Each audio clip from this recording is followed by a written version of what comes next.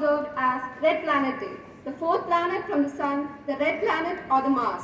It has very thin atmosphere over dusty, chilly deserts overlong with having seasons like polar caps, canyons, extended volcanoes, and evidence that one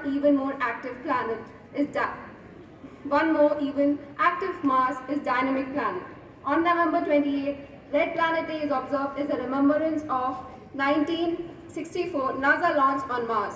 The spacecraft finally made a fly by the red planet on July 14, 1965, after traveling here by nearly 8 months. The Mariner 4 spacecraft was built to collect data during the flybys, enabling the planetary explosion and up close scientific observation of Mars and to relay that data back to the people on Earth. Red Planet Day is an ideal opportunity to take advantage of learning more about our neighboring planet. Let's enjoy Red Planet Day to share information about the planet. Happy Red Planet Day.